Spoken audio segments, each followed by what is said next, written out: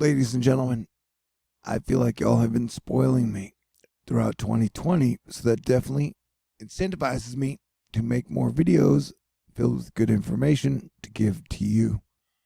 And so, if you are paying attention to hurricane season, I'm doing everything I can to help super nerd out for you. And it's not just me, it's a giant team that includes Cranky Weather Guy, Dada Boo, the Florida Wave Master, and everybody that loves weather. And so we are in hurricane season leading up to the peak. We now have 2 elongated pineapples to watch. And so that's fascinating. Absolutely. I did just finished a live broadcast where I had 5 beers on air. And so take everything I say about hurricanes with a grain of salt.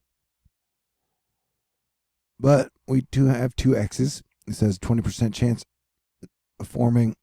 Wait, I'm sorry. 20% chance over the next 5 days. 10% chance over the next 48 hours. Over here, you got a 20% chance over the next 5 days. 0% chance over the next 48 hours. And so we're definitely looking for signs that the oceans are heating up and getting active. We are seeing them. And it seems like the models are starting to draw possibilities that might happen over the next week or 2.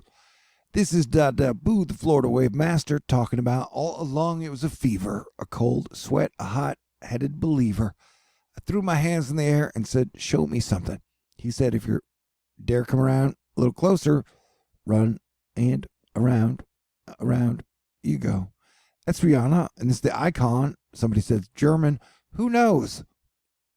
180 hours out, but it shows some type of a formed wave coming out of the Atlantic and towards the coast.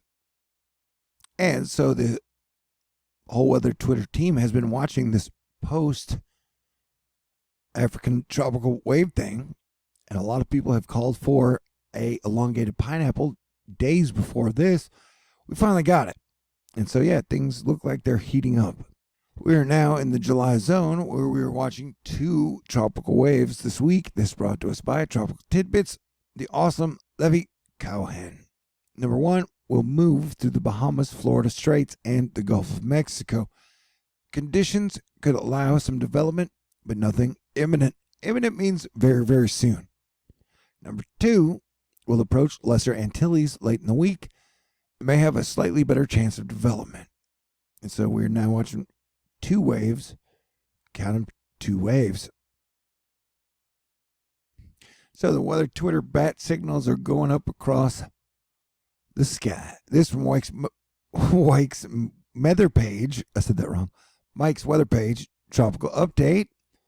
I use this stuff all the time. I highly recommend it for a one-stop shop during weather or hurricane season.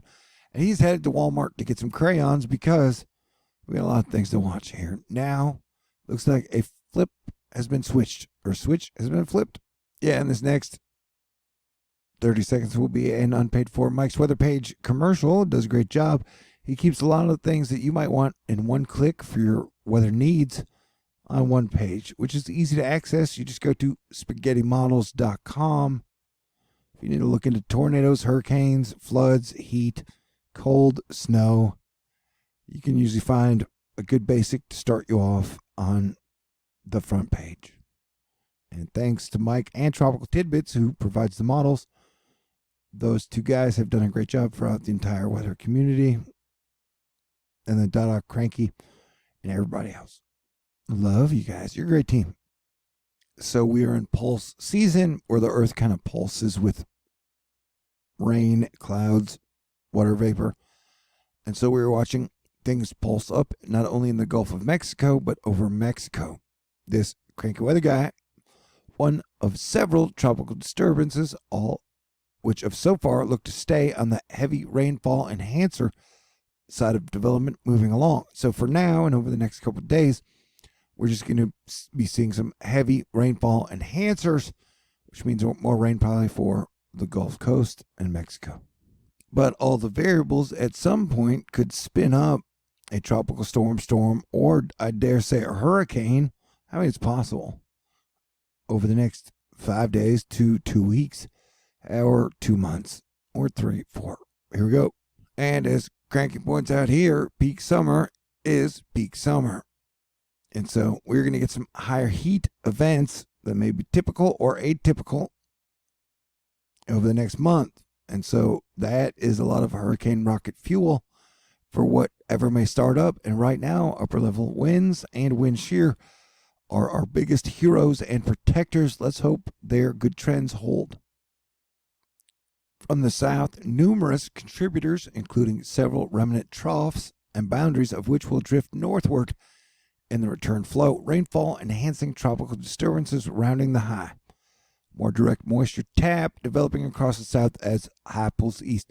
So even if these things never develop, we're pretty sure we're going to be seeing rain upticks in the next 2 weeks, and that would include flooding upticks, my friends. Remember, we've had multiple volcanoes down here going off for pretty much a year and a half, nonstop, which is interesting. Cranky, one of the many western convective blowups yet to come, daily event spanning multiple weeks, or so it would seem. And so this is the pulse period where it gets really hot and active, and then it cools back down, but we're talking like daily and sometimes twice a day. And so technically, in my mind, on July 17th, Cranky put out an official Cranky warning for us to start watching the tropics and Africa heavily. As far as the tropics goes, what we'll do is watch these little forced spin-ups under the ridge at first watch of the Gulf for low-end development. Then, as the ridge pulls east and aligns with the eastern seaboard, one could squeak up the coast with enhanced rainfall and breezy conditions, or possibly cyclonic development. And so that's what we're doing, is just watching out like a super weather nerd hawk. That's you and me together.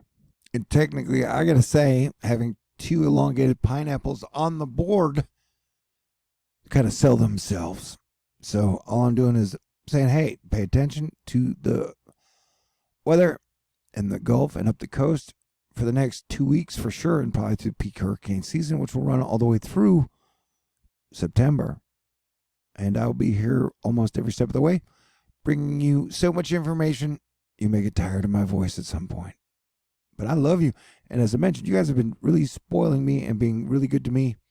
So I super duper appreciate that. And it makes me want to work even harder.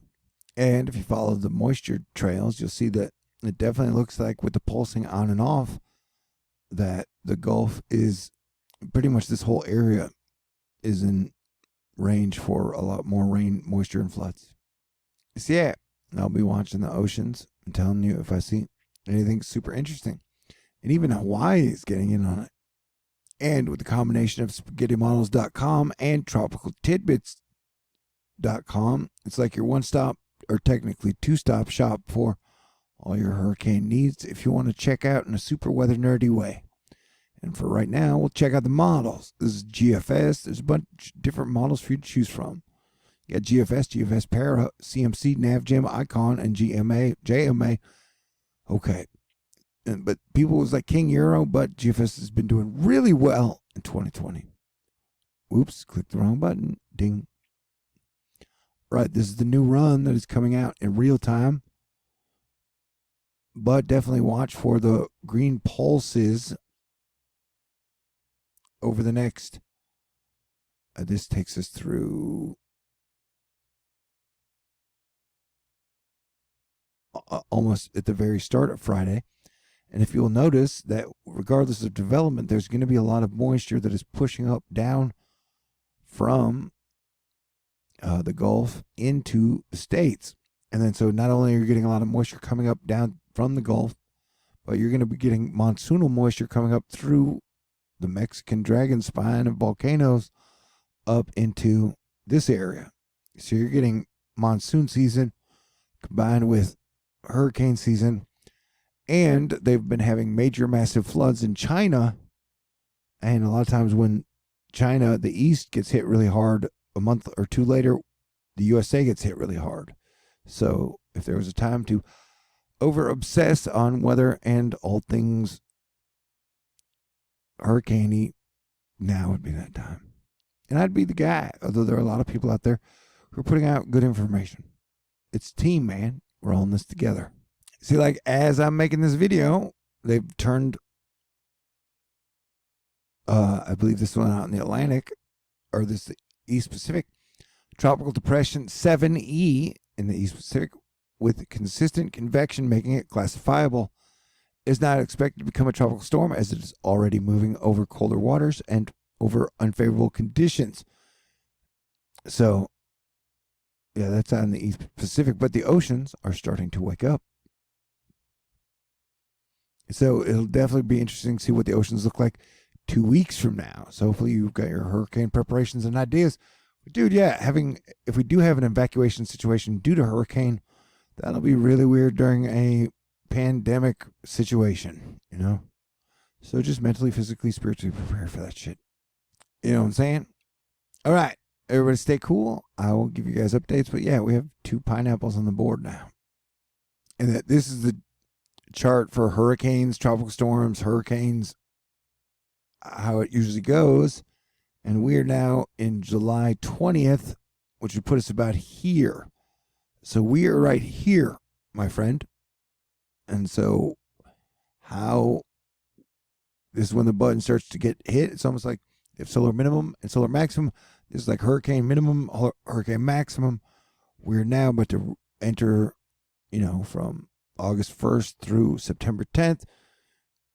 Is going to be quite a run in 5 or 6 weeks. So everybody get ready. And hopefully Asteroid Fight Club and the Atmospheric Defense Team will do what they can to make this hurricane season as non-threatening as last hurricane season. But prepare for the worst and pray for the best. Stay cool, and thank you for being so amazing.